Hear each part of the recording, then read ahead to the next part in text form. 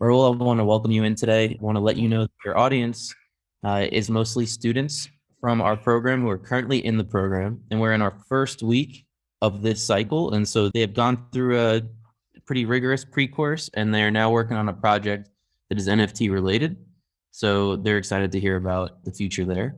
And we also have previous graduates in the room from last cycle and the cycle before. I think maybe even one from 4 cycles ago. And so they're quite a bit more experienced and have questions for you on the L2 side. So everybody, this is Rahul. He's from Stardust, blockchain developer over there. And I just want to give you the mic now and let you do your thing. And at the end of your presentation, we'll have questions for you. All right, I'm going to start with an introduction. I'm a blockchain engineer at Stardust. I've been in the crypto space or blockchain space for about 1.5 years now. I started in the space right out of university. I've been at Stardust for about 4 months, and I primarily work on this side of things, although we have to jump back and forth between Solana and other EVM L2s that are mostly L2s that we're working on. And yeah, today I'll be talking about gaming NFTs and L2s. First of all, I would like to apologize for any miscommunication due to my accent or any mispronunciation. English is not my first language, but I'll try my best. All right, let's dive into it. Let's first talk about NFTs and their impact they've had on blockchain space. They're obviously an important part of the ecosystem. They allow you to tokenize art, graphic assets in an anonymized, trustless manner. And they drive a lot of liquidity into blockchains. Obviously, Solana is a great example of it. Solana, although it has a great DeFi ecosystem, they were much less known and they had exponentially less liquidity before NFTs came into the system and it started blowing up. So clearly this space has become massively large. We were talking about billions of dollars in value. However, you have these great collections, everyone's aware of them, but every once in a while, someone has to stop and start thinking, okay, we have these great collections and most of the people are trying to make money off of it, to be honest. Some people want it for the face value, but at some point someone has to stop and ask this very viable question that what other utility can be derived from these NFTs? Because once they start becoming a thing of the past, as we've noticed, people have very short attention spans in the space. So things start becoming something of the past and the floor price drops. So again, we have to talk about how we can drive more utility into the system. Giving an example of how NFT can lose value instantly, obviously we've had one very recently. Jack Dorsey's first initial tweet was sold for 2.9 million initially, got listed recently for 48 million and was actually sold for around $250. So you can see that NFTs are very volatile, even compared to crypto assets. So when we're talking about fungible assets, NFTs are exceptionally volatile. Can we draw some utility out of it? Along came Axie Infinity and NFTs blew up, the whole play to earn economy, etc. But again, they still form a very small portion of what these blockchain-based games can do. And there's still a large unexplored sector that we can exploit. So we're talking about approximately $200 billion industry in terms of direct revenue, and that's particularly the gaming industry. And today, NFT gaming only makes about 6% of it, which is quite low given the utility, the PR, and the amazing community that can be driven through NFTs and connect this amazing technology that we have to games that we've adopted into a day-to-day lifestyle. Let's take a step back and ask this real question. Can we realistically connect real-world games to blockchains? The very first answer comes, yes, of course, why not? But there are a ton of problems that we have to deal with. So let's see if we can try and mitigate those and whether this is actually possible. So let's talk about those problems. Obviously, the first one being real-world games have massive throughput. Thousands, even hundreds of thousands of players working, playing games every second. And I'm talking about a single game. CSGO drives billions of dollars in volume and millions of players every year. If you're talking about volume in terms of entities that are playing, using the system. So obviously blockchains can't match real world throughput, at least L1s cannot. And L1s are usually very expensive. We're talking especially about Ethereum, where majority of the NFT space exists. If you talk about minting NFTs and bringing them to, making them become a part of our day-to-day lives, we're talking about massive money that has to go into the system to make that viable. And of course, the most common problem that someone's going to ask you is game studios don't want the extra hassle to deal with integrating blockchains, to deal with Web3 code, setting up redundancies, setting up like API endpoints, etc. So how do we mitigate these? Can L2s become the solution?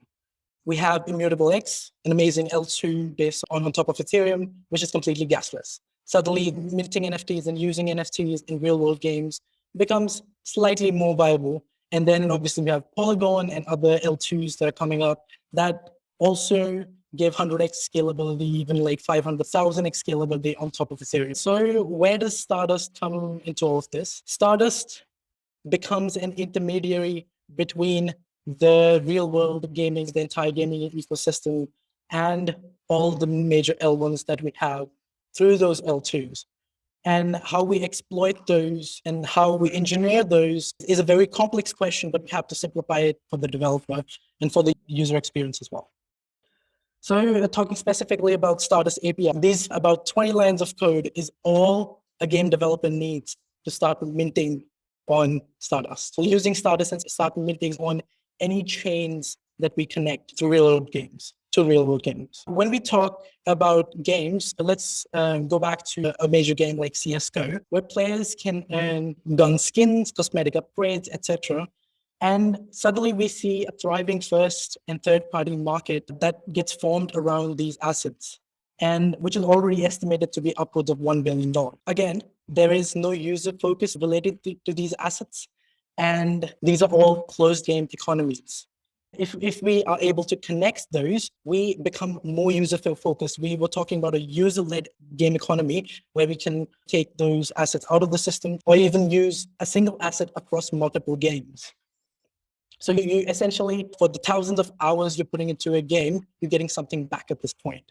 And you might as well utilize that. The issue that comes up is obviously wallet management. And it's one of the biggest issues out there. The game studios don't want to deal with managing wallets. But again, in the essence of the blockchain experience, we want to abstract that away while keeping it secure and trustless. And obviously a user won't, like neither a game nor a user will want to interact with the wallet to hold these assets. Stardust uses a mix of multi-party computation, AWS Themis, and some proprietary signing technology that we've developed in-house to abstract this entire thing away. And just through simple API keys, a user and a game can transfer assets, hold assets, have this entire economy flourish throughout, if I may say so, a multi-game ecosystem. And of course, the last part being, we have a lot of on-chain wrapping systems that go from free crypto, and then you have to buy NFTs from that. This becomes a particular issue very quickly because it delays the user experience, and it becomes a hindrance for games to integrate payments into them. So Stardust has in-house developed this payment widget that allows you to directly through fiat buy NFTs directly in game without having to ever manage that wallet again. So coming back to the crux of the problem, just leave all the microservices aside, just talking about going from a game, having an asset in game for a user and going to the blockchain. Now that requires a lot of engineering. That requires a lot of understanding of blockchain fundamentals. That requires understanding like a lot about different Web3 libraries, because we are creating a blockchain agnostic library for users to use. So in this case, a user will only ever have to interact with the game, and the game obviously will just simply use the Stardust SDK. However, in the background, we're talking about managing a database that can keep up with the real world game. And then we're talking about a lazy consumer that actually mints or does the chain operations in a lazy manner, but still perform it enough so that a user, when logs off the game, can go on chain and actually have a look at their assets, trade them on an open market, or do whatever they want to do. Talking about security. So obviously James isn't here today. I will just talk a little bit about how security becomes imperative and important for these systems. When we're talking about connecting multiple games together and moving assets between different games, we're talking about if a security flaw happens, we're talking about breaking entire gaming economies and not just for a single game, but multiple games, and maybe even breaking economies on chain. So security becomes a massive issue. We're talking about we have to like secure API key generation. We're talking about keeping everything behind multi-factor authentication from the game developers side. We're also talking about using best practices. We're talking about keeping important systems in virtual private clouds.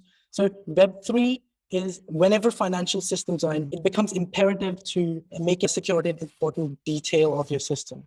Now, banks can do that. They can have audits over years. They can do releases very slowly. Even because of security issues, banks, even today, they use systems that were made 20 years ago. We hear every day about the COBOL developers being needed for different US banks. And COBOL is, to be very honest, a dead language. However, the blockchain space and the gaming industry is ever evolving. It's a fast pace. So we have to find a middle ground between features, upgrading, giving a better user experience, and keeping the system secure. I think that is it from my side. I think I ran through it very quickly. We have some jobs open. As mentioned, some of you guys are fully fledged engineers. So if you're looking for a new opportunity, please come on and we would love to interview and bring you on. Thank you. Thank you so much for that presentation, Rahul. I have to say, for someone who introed with a warning about your ability to speak clean English, I would have had no idea that English wasn't your first language. That was very clear. Thank you. Okay, so we have a questions thread going in our Discord, and I'm going to, students in the room, if you have additional questions, please add them to that thread. And we'll use the thread. I'm going to go in order of questions in the thread rather than doing the raised hand thing today. So first one, what do you think will be the bottleneck in terms of gas costs for on-chain games? This is a great question, and we've actually had this problem at Stardust. So let's take Solana. Solana is already a very cheap L1, and Solana becomes a viable L1 in terms of connecting it to real-world games. However, when we're talking about hundreds of games and then having thousands of tokens on them, and then hundreds of thousands of players holding those tokens, suddenly the compute cost and then the rent cost of storage becomes a massive issue. The storage is what becomes the bottleneck. And for that, there are multiple solutions that you can use. You can either do compressed versions of tokenization, or you can keep a central authority that operates those tokens in a programmatical manner, still keeping them like slightly trustless. However, that central authority will have, how should I say this, control over all in-game assets until a user withdraws it outside. And then the user will have an actual NFT, which will get minted on demand. Next one.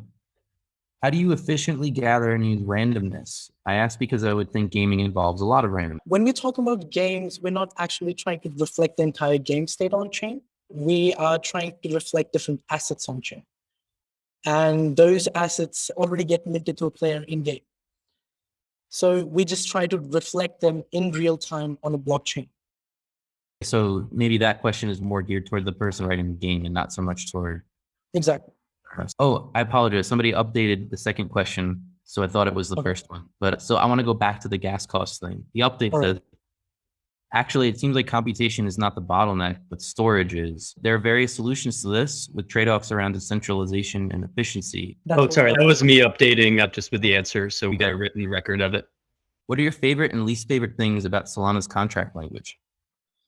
If you worked with the Linux operating system, Solana has tried to do exactly that. For example, everything on Linux is a file. Everything on Solana is an account. So unlike Solidity, where a single address can hold any amount of tokens of any type, so you have like thousands of different tokens and multiple tokens of those type. In Solana, it's slightly different. You have to deal with a separate token account derived from the main account of the user and then put a specific token into it. The second one being, unlike EVM chains, if it's talking specifically about EVM chains, contracts hold both state and execution logic. Solana cannot do that. Solana programs only hold execution logic, and to hold any state, you have to create program-derived accounts, which become another thing. I've got one personally. This might not be the best question for Stardust. Maybe it's for the game developers leaning on Stardust, but from your perspective, what's the most exciting use cases you've seen for blockchain games that are leveraging L2s right now? I think it would just be sorry, you have to repeat the question. Have you seen any examples of game studios that you're working with Of course, I have. Utilizing L2s, and are there any really exciting use cases? So I will obviously not name the game studio, but we have someone working with us on Immutable X. And the amazing thing about Immutable X is being gasless. A user never has to worry about how they play, like a game never has to worry about, and obviously nothing comes out of our own pocket.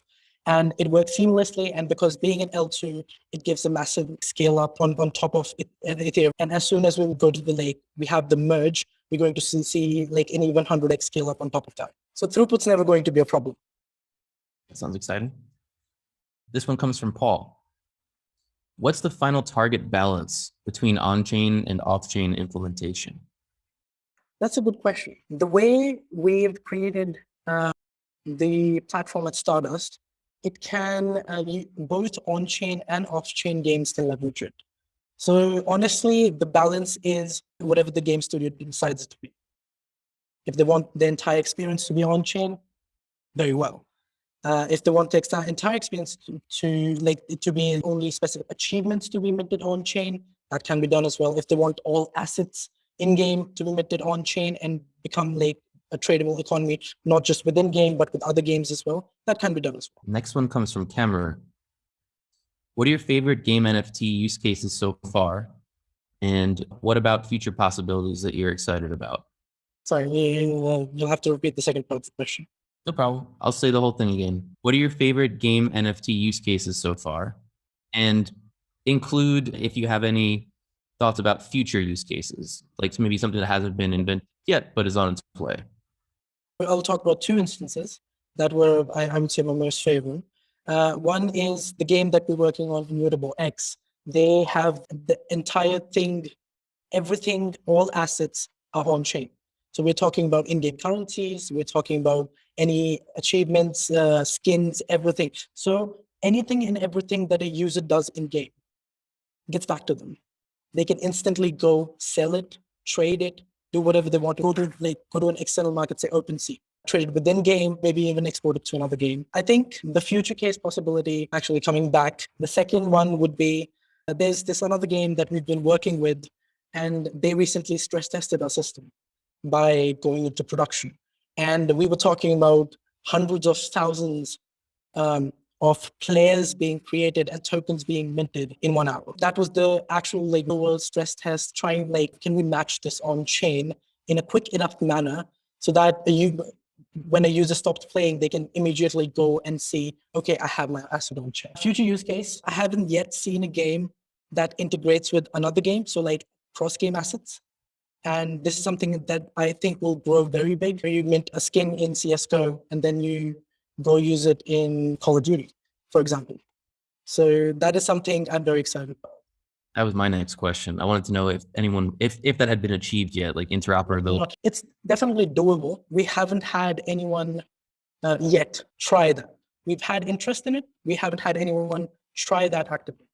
It seems like it requires coordination between the two games. It becomes an issue if they're two different studios with deadlines, because one has to go live and they want the in-game tradable assets to be from another game to be used instantly. They want the same game live and the second game live at the same time. If I had to speculate, I might guess the first game or studio to do this would probably create both games. Actually, yes.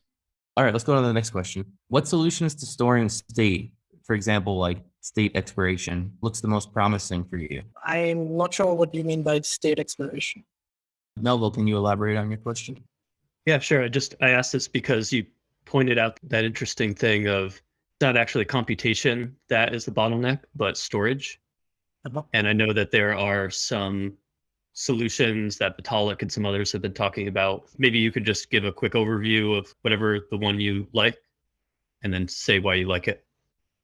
I think state expiration is going to be, specifically talking about games. State expiration can be an issue because we can always expect a user to come back after X number of years. So we do that in real world games. A user logs off and comes back after 3 years. And we can't have the on-chain stored state being just it's gone because you didn't interact with it for a certain time period. I think the best solution, at least right now, until we come up with something novel, is compression. We can insanely compress data within, if you're talking specifically about the Stardust ecosystem, we can do some insane compression of the player state. And we can even an in-game compression where we're like clubbing together multiple players.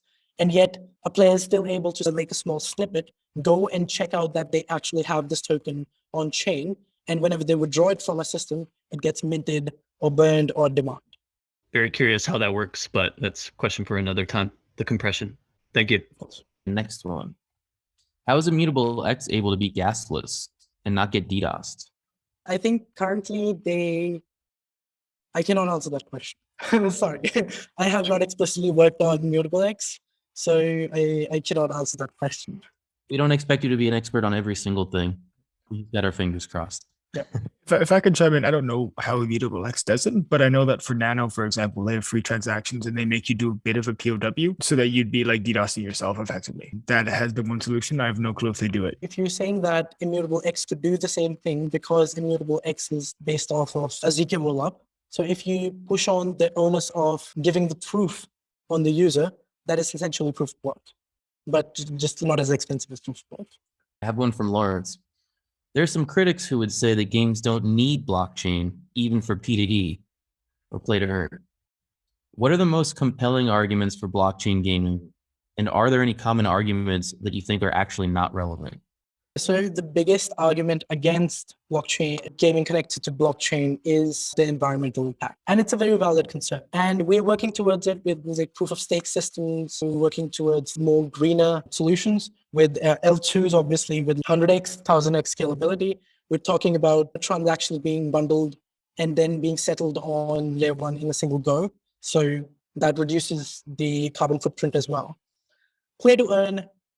Honestly, I'm not a big fan of play to earn because, to be very honest, play to earn gets old very quickly. All companies, they target capital, they target revenue.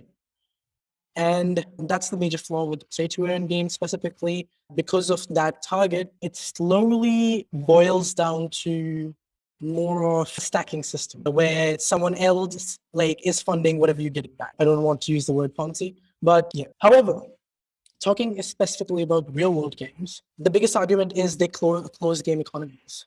Anything and everything that you do, if you spend thousands of hours in a game, you're minting a skin, you're doing anything with it, even if you're trading it within the game, let's take the example of CSGO, at the end of the day, still profiting the company and no one else. So the user might get something out of it, but not much. When we're talking about minting those assets on chain and making them freely tradable on any open market, we are talking about creating a user-focused economy where if you're given time, you're getting something substantial out of it. And you can do whatever you want with it. You can sell it, you can make some money back, you can justify your hours. Is that not considered play to earn? Because don't you earn a valuable asset that could be sold? Or is that you don't certainly, for connecting real world games, you don't certainly have to make assets tradable. It could be anything. Play to earn games specifically pivot on the point, or will stand on the point that you're playing to get some monetary value out of it. Okay, here's one from Cameroon. World Wide Web has integrated a bunch of different NFTs. Oh, not a question, just relevant to a previous question. Oh, just a comment. All right. Okay. Our questions thread has run out of questions. However, I'd like to, if anybody has any additional ones, please just voice yourself. Yeah, so I just asked that question about the arguments for blockchain gaming and against. I feel like there are so many, like you mentioned interoperability between different games. I think that one makes a lot of sense. Or just having the assets be on chain gives a little bit more confidence that they actually have value. Some people think like the game companies might go down, but because their assets were on chain, that kind of prevents against that. A lot of these kind of have to do with there being a bigger ecosystem. So I guess it's cool that Cameron brought up World Wide Web. But even the main one you mentioned of being able to buy and sell them on an external marketplace only really matters if there's like something outside of the game that you want to use it on. Otherwise, you could just have the marketplace inside of the game. Is that how you view it? Not really. First of all, I will reiterate, that was a great point about things disappearing. So companies going belly up overnight or anything else happening. And often this happens due to just bugs, assets, even players vanish overnight. But if you have that state on chain, that's not going to happen. some explicit minting or burning event happens from the game, that could be like lead to a bug. But again, you still have the assurance that it will be on chain. Sorry, what was your last point? Well, that's actually related because I feel like I don't think this is like a 100% counter argument, but let's say Axie Infinity goes away. Do those NFTs for your Axies actually have any value anymore? Unless you can still use them to play some other game, or who knows about collectible market. They may just become like meme collectibles or something. But it really depends on what the overall ecosystem is outside of the game. Can you use them in other games, or is there a way for the community to still host their own version of Axie Infinity and keep playing that in a decentralized way? What do you think is the main reason why having them on chain is actually more valuable than just having them inside of that game? I think the major argument would be that you can still spin up because we're talking about open source software, not talking about Axie specifically. We're talking about open source software. You can recreate games. You can create a new game, just like a community-driven game. You can say we'll one-to-one match these assets, or even let them integrate these assets. If someone holds Axie in particular, because that game went down, we will give you a specific asset inside the game in addition to integrating Axies. So that could be one argument. And we've seen this happen like in the traditional gaming industry as well. Some games, specifically talking about 2000s, they used to have these servers and people bring them back on a global servers. scale. Not just private servers, on a global scale, people bring them back on just out of sentiment. Yeah, I've seen a MapleStory is like that. There's a lot of people who forked MapleStory and host their own servers with like tons and tons of people who play on it. Exactly. And they just keep it going, community driven. It's pretty cool. Thanks. Got a couple more now on the thread. Here's one from Melville. Can you speak more about the compression that you use? I know about things like Merkle drops. Is it similar? Once again, it depends on the chain and how much we want to scale down and how quickly we have to deliver in terms of. So talking specifically about Solana, how we did was we created a custom serialization algorithm that serializes the entire state and compresses it, like then bunches player states up together, but they're still recoverable back. So deterministically. I have another one from Melville. What are the legal concerns with creating a real money exchange in gaming? I'm thinking of how Blizzard shut down the real money auction house in Diablo 3, and I'm wondering if the same will happen here. The idea is very simple. Don't have an in-game auction place or a marketplace. Have it on chain, and obviously you can't censor a decentralized system. I have a couple more general ones for you. Are you playing any games that are leveraging NFTs inside right now yourself? And what are you playing? I play Pokeverse. So it's a Discord-based game, and it's one of the first games that Stardust had. And it's one of the games that even today drives a lot of traffic and stress tests the system because it's just a free game. And people are crazy using it. So it's basically a text-based game. You give like Discord commands and mints your assets and you can play it. So Pokeverse, I would say, is the only game I'm playing right now. But I plan to play with other games as soon as they come out of the Stardust ecosystem. Is Pokeverse in any way inspired by Pokemon games? I don't want to get us in trouble with Nintendo. Yes, it is. Yes, it is. Sorry, guys. I'm going to step in there. We can't always comment on the games that are on our platform. What's going on and how they built it is very much on the game developers themselves and not on Stardust. No worries. I'm in no position to comment for Pokeverse. I was just curious. Sorry about that. What's it like to work at Stardust? It's amazing. Two things. A, I get to work on novel problems. So I'm given a spec and it's probably an unsolved problem and I'm told to go solve it. I have to go actually bang my head against it. So that's fun. And we get a lot of freedom, especially with the developers, how we want to create, and we're not bound. So basically how it works is we have like specific people working on a specific blockchain, we're given a spec and we just go ham with it. You know, and we come back with something and we try to test it with the system. And obviously our QA testers and the business team tells us, obviously this will not work this way, and we go back. But the best part is we're given a lot of freedom. There's no one standing behind us, like, you know, staring over us or grabbing our throats. Unlike gaming companies, but yeah, it's an amazing environment. We have unlimited PTOs, which is an amazing feature. I've never seen it anywhere else. I've only worked at one other place, but yeah, I've never seen it anywhere. Except that I would say, yeah, like we get to work on a lot of new technologies, and we get to learn a lot of new stuff because every other day, every month or so, we integrate a new chain and comes with its own caveats or its own issues, and we have to deal with them, learn them, and yeah, it's a fun experience. What does a stellar applicant to Stardust look like for a blockchain developer role? Do you have to be like multi-chain, or can you be an expert in just one? What are you looking for? We're just looking for people who are driven and have a knack for learning, who grab stuff very quickly. You don't have to be an expert at any chain to come and work at Stardust. When I came in, I did not have specific experience on working on chains because I had, at my previous role, I had a backend role. And after coming to Stardust, like when I came to Stardust, I had only worked with Solana on a personal level. But over the few months I've been here, I've learned and I've become pretty good at it. I've also had the opportunity to learn Solidity in real time. Yeah, it's a good experience. As long as you can grab stuff very quickly and you're a good learner and you want to be in this space for a long time, yeah, if you have the drive for it, we'll definitely welcome you at Stardust. All right. I've got two new ones in the thread. This one comes from Keyshawn. What's the most interesting chain-specific caveat you've come across? Which chain do I pick? Multiple caveats is good too. So I would say Immutable X did not have any burning facility. So you could not burn assets when we started working with them.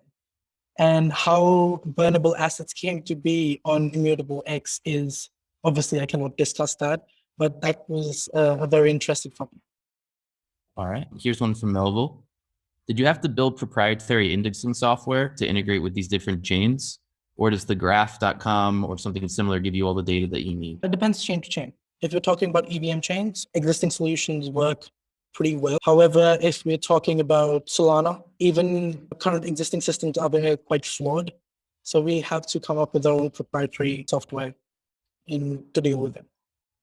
Cool. Does anybody else want to throw out a question? Maybe just outside the thread?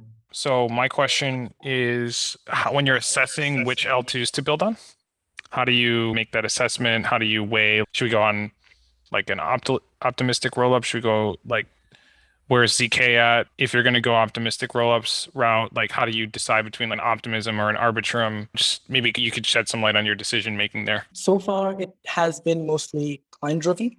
So client comes in and requests, if we start seeing multiple clients on chain come to us and say, okay, we want to build on this chain. So we start assessing, is this a chain economically viable? Because all minting and burning is completely done from Stardust pocket. Obviously, games like, I am not sure and don't know how agreement between games and Stardust is, but any minting, burning, transfer, all the on-chain operations are done from Stardust pocket.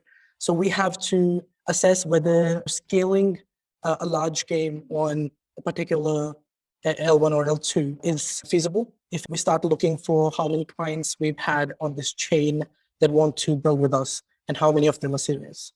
And based on that, we start building all of those. Adding to that, it does come from our clients in terms of we take a look at what is being most requested, but the decision on what we are actually going to build on is on our dev team and our exec team, because we all know that oftentimes what is most in the press tends to be the thing that people remember. It may not always be the best option. So every chain that's brought on at Stardust is vetted thoroughly by the full team. So of course, we're always going to have a lot of traffic and interest from people. But if someone's going to come to us and say, even if a lot of people come to us and say, we want to build on Ethereum, it's just not technically, economically, or in any way feasible to do. So the team obviously will make the decision in that case to not build on Ethereum. Any other questions? I'm going to check the thread one more time. I don't have anything else in this list. I think it's a shame with 10 minutes left to end early, but if nobody else has any questions and there's nothing else to share, I suppose we could wrap up early. But we do have Rahul here with us, a ton of information in his head. So if you've got any last burning questions, please do speak up. Mine is not really well formulated into a question. It's a bit rambly, but whenever I think about this space, I do think it sounds super interesting and exciting. And I guess I'm curious to just talk about what I'm perceiving in it and to ask you like where it is, if you see it going the same way, or if their product's already doing that, or if you don't think that will happen, et cetera. But whenever I picture like online game space, there already without NFTs is a market for developing some character, acquiring items, and then selling that profile that's already existed in the past. And of course, people invest actual time and even something that really more resembles labor than playing whenever they just sit and grind, here's the word, at something just to acquire some in-game currency. And of course, all of this is completely worthless outside of the context of that game. But it's the existing interface is just, it's a very illiquid market. It's very awkward and difficult to sell that. There are very few buyers because it's so strange. And just putting that on chain means that it's all of a sudden highly liquid, right? All those things can be very easily transacted and can very easily move around. And so that seems super interesting to me. I also think it's interesting that the idea that you could make that grinding be something more significant, more meaningful. Like it could be connected somehow to real value instead of just arbitrary, like press button, press sequence of buttons, and you happen to do a thing. Like all of a sudden you could actually be solving math in the game or something that could actually produce value for somebody somehow. So there's all of that. But then whenever there's a discussion with cross-game interactions, like there was a bit to talk about probably you'd have to have coordination, but I really wouldn't imagine the games needing coordination. Like I could imagine some secondary game, just like secondary projects often token drop to other members of other projects. I could imagine a secondary game saying, hey, we really want to go onboard a ton of players. So we're going to say everybody who has NFTs in game X, we are going to support them in game Y. And we're just going to immediately allow you to go utilize the stuff you've earned in game X and you enter with huge bonuses here. All of a sudden, you can go use all that stuff and all that time, you get a multiplier and you're instantly powerful in this game, right? You instantly have stuff that it can do here. And the value of those items instantly also increases when that happens. So whenever you are participating in a popular game and developing your value in that game, there's a possibility it's equivalent of a kind of token drop. Somebody else is going to go magnify the value of the items in it. So are you seeing things like this? Do you see it go that way? People been talking about this in this direction? Definitely. So we've already seen this happen on on-chain games. However, I have not seen this happen yet on real-world games yet. So this would be quite interesting, actually. If a new game is launching, so in the pre-release period, you could drop tokens to players of other games. Now, this gives you a massive user base instantly. And from a player's perspective, they have these tokens which are highly rare because they drop to a select few people and no one else has access to them. So you start trading them on the open market. People who want to instantly level up inside a game or want to have a strong character instantly. So we've already had pay to earn or pay to level up, whatever you call it. This can be another use case of it, but on chain. Yeah, definitely. I felt like the idea of the other developers have to integrate with the NFTs is interesting because on the one hand, they're incentivized to do it maybe for acquisition, like you're saying, like they can get new players by integrating with already popular NFTs. One of the challenges is like, how do you balance it? How do you know which NFTs are worth what amount of upgrades in your game, right? Or if it's really rare in this other universe, how does that map onto the universe in this game? But what could be cool about it is like having these marketplaces, right, where people can trade. So you can basically make it like community. It's like easy to just like assess what the value is based on what the market thinks, right? Oh, I have this really rare item from this game. I'll trade you for a bunch of upgrades in this game for whatever you think is fair. And then the developer maybe doesn't even have to like do all this mathing and stuff. I think it's cool. Yeah. Actually, I just thought of a funny idea. So you want to like be like, I'm done with this game. I want to go play a new one. You can basically go sell your upgrades that you earned in a prior game and then go like move full on into your new game without having to grind from level 0. I have a question about this. If we're talking about moving assets from one game to the next, like I imagine because most assets are NFTs, like we already have a standardized like data format for that asset, but there must be like metadata associated with the NFTs for game A that might not match the metadata for like game B. So do we have the JSON format of that data yet where like we have something that will work everywhere? Is it relevant to even create something like that? It might be, but there's a much easier solution to this. You can just have an escrow interface. So if you're bringing in asset from another game, you put it in an escrow and programmatically mint a corresponding NFT, which is a one-to-one map, but with the relevant metadata in the right format instead of. So you wrap it. I'm sitting here thinking if all characters in game A need a helmet that has defense power, and then the next game they have helmets, but they don't have defense attached. Like, how are we going to handle that? But I guess wrapping it modifying it in during the transition makes sense. Yeah. Okay. Cool. I also have one other thought, which is it going to be a problem that the more liquid and more valuable we make this, the more we actually incentivize like cheaters and bots to go mine value by cheating at the game? And is this like going to be a net loss as a result, making the games far worse? Yes and no. Obviously, as we make it more liquid, bots are going to come up. Any market that becomes liquid, as it becomes highly liquid, bots come up. Obviously, a program is going to beat a human exponentially. So we can come up with, I think the only way to, I can see this easily solvable with real world games. Obviously, have non-determinism in your game. As long as you have non-determinism, not a lot of bots can quickly navigate the game. But if you're talking about one-time plays like CSGO, obviously bots are going to come up. I am not sure. You'll have to come up with existing systems that we have in place. Not sure how we're going to deal with them with on-chain games. We don't have much time. The thing that does come to my mind is Melville has a question in the thread that mentions the soul-bound NFTs and the idea of like proof of identity. That obviously would be nice if we can do something like that. Yes, and Polygon already has an amazing solution. Polygon ID came out a few days ago, and I've actually had a chat with some of the Polygon guys who worked on the zero knowledge stuff. So yes, in this case, zero knowledge is going to come out as king because you can still remain anonymous, but prove that you're a human player by hiding certain information by some of the mathematical proof of your humanness. Melville, I think we have 1 minute left. Do you want to ask the question that you had put in the thread? Yeah, sure. It's a very specific question of yes or no. So I'm not sure if you had seen the post about soul-bound NFTs. Interesting post, and within it had this reference to, like, if you implement soul-bound the naive way, it's easily bypassable, he said, by wrapping it. And I was just wondering if that rings a bell for you or makes sense for you, because it doesn't for me, and I'm trying to understand what he was saying. I don't think so. I am not aware of this post, so cannot comment. Sorry. Yeah, just go check out the Talek. It's a good read. Well, Also, Melville, thank you so much. Let's talk about that after. Okay, Sorry. cool. Also, Rob, thank you. Really enjoyed listening to you, and you're a wealth of knowledge. Thank you. Thank you so much, Rahul. Definitely invited back in the future if you ever want to come back and do another talk. And we appreciate you. And we're very excited for Brian to come over there and help you guys out.